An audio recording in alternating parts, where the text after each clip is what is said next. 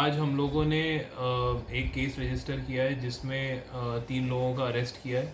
और उस केस में हमें ये पता चला कि जो तीनों लोग हैं वो अक्रॉस बॉर्डर आर्म्स, एम्यूनेशन और नारकोटिक्स की तस्करी करते हैं। तो इसमें हम लोगों ने आज 500 ग्राम हेरोइन पकड़ा है, लगभग 5 किलो से ऊपर हम लोगों ने एक्सप्लोजिव्स पकड़ा है, 3 पिस्टल और 76 राउंड पिस्टल्स के पकड़े।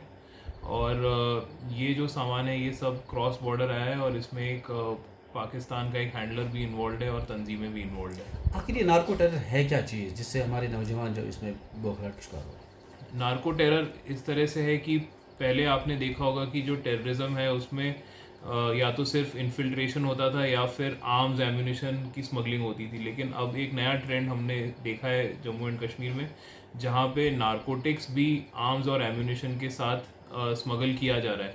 तो ये जो है ये हमारे लिए एक बड़ी ही सीरियस डेवलपमेंट है, क्योंकि नारकोटिक्स जैसे हम सब जानते हैं कि उससे जो हम लोगों के यूथ है उस पर बहुत ख़राब इम्पैक्ट पड़ता है।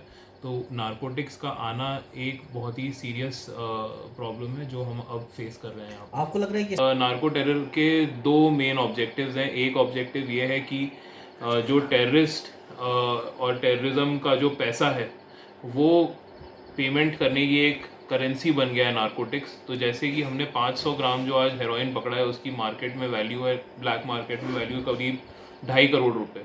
तो ये एक तरह का इंसेंटिव है उन लोगों के लिए जिनको आर्म्स और एम्यूनेशन की स्मगलिंग में पाकिस्तान के और जो टेररिस्ट तंजीमों के लोगों को पुश करने का एक ज़रिया है कि वो नारकोटिक्स आपको देते हैं।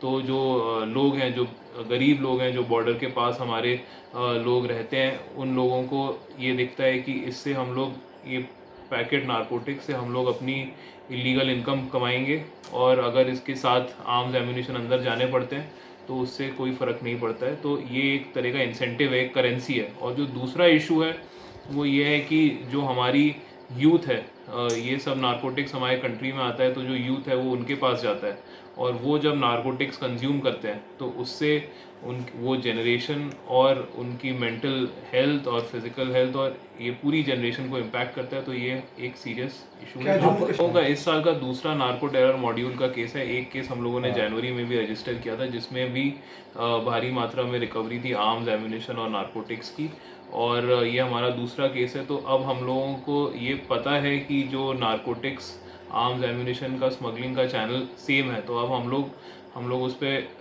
स्पेशल फोकस कर रहे हैं। हम लोग उन लोगों को नारकोटिक्स वाले जो लोग नारकोटिक्स तस्करी कर रहे हैं भारी मात्रा में, उनको भी हमने इस केस में यूएपीए में बुक किया है।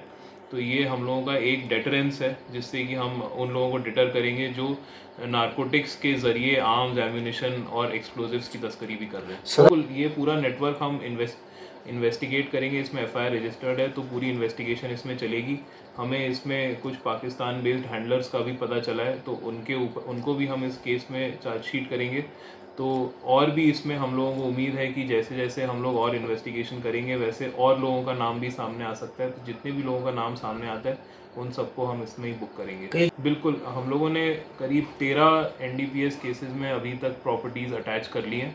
तो ये जो केस है इसमें भी कमर्शियल क्वांटिटी नारकोटिक्स है और हर कमर्शियल क्वांटिटी नारकोटिक्स में जो जो लोग एक्यूज होते हैं उन सबकी प्रॉपर्टी अटैच होने का प्रोविज़न है, तो वो हम ज़रूर अटैच करेंगे। तो हम लोग ये देख रहे हैं कि जब से हमें ये ट्रेंड के बारे में पता चला है नार्को टेरर, तो हम लोगों ने जो नारकोटिक स्मगलर्स हैं उनके अगेंस्ट कड़ी से कड़ी कार्रवाई करी है।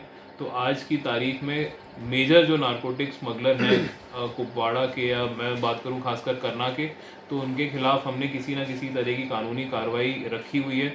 उसमें से काफ़ी सारे लोग हैं जो प्रिवेंटिव डिटेंशन, एक उसमें प्रोविज़न है पिट एनडीपीएस, उसमें हमने बंद किया है। कई लोग हैं जो कमर्शियल क्वांटिटी नारकोटिक्स के केसेस में बंद हैं। तो ऐसे केसेस में बेल भी पाना बहुत मुश्किल होता है।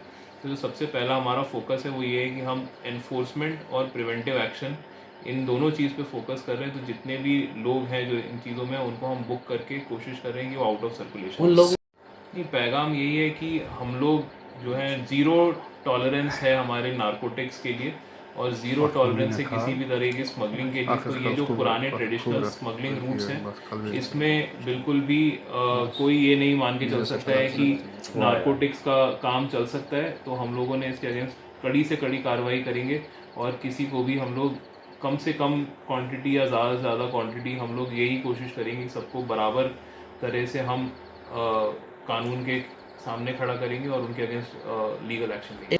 हमने 3 पिस्टल बरामद करी है, उसमें 76 पिस्टल राउंड्स थे।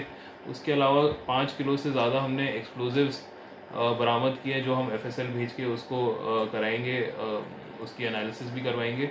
उसके अलावा हमें पिस्टल के मैगजीन्स मिले हैं और हमें ये 500 ग्राम से ज़्यादा जो है हेरोइन मिला है। बिल्कुल जो भी जना आर्म्स, एम्यूनेशन और एक्सप्लोजिव्स की इतनी हैवी क्वांटिटी स्मगल कर रहा है वो किसी अच्छे पर्पस के लिए तो नहीं कर रहा है। तो हम ये मान के चल रहे हैं कि इससे हमने कोई आने वाली घटना को प्रिवेंट ही किया है। और स्पेशली जब 5 किलो ज़्यादा एक्सप्लोजिव उसमें मिले तो इसका अंजाम काफ़ी ख़राब हो सकता था अगर ये बाहर चले जाते। तो इसलिए मैं मानता हूँ कि हम लोगों ने काफ़ी बड़ा कुछ प्रिवेंट। वो लोग लोकल हैं और ये तीनों लोग करनाल के ही रहने वाले हैं। इसमें एक पाकिस्तान बेस्ड हैंडलर का हमें अभी पता चला है जो एक तंजीम से भी जुड़े हुए हैं। तो जैसे जैसे हम लोग ये केस में आगे इन्वेस्टिगेट करेंगे वैसे वैसे हम इसमें और खुलासा करेंगे। लेकिन ये जो सामान आया है ये पार से आया है और इसमें तंजीम का इन्वॉल्वमेंट है और इसमें एक पाकिस्तान बेस्ड हैंडलर भी इन्वॉल्व है। क्या और भी? हाँ बिल्कुल, वो हमने ओपन रखा है। अभी तो एक केस आज ही रजिस्टर हुआ है तो हम इसमें और अच्छे से इन्वेस्टिगेट करेंगे। अभी काफ़ी सारी इन्वेस्टिगेशन बची हुई है तो जैसे जैसे सामने आएंगी चीज़ें वैसे वैसे हम और एक्शन लेंगे। Thank you.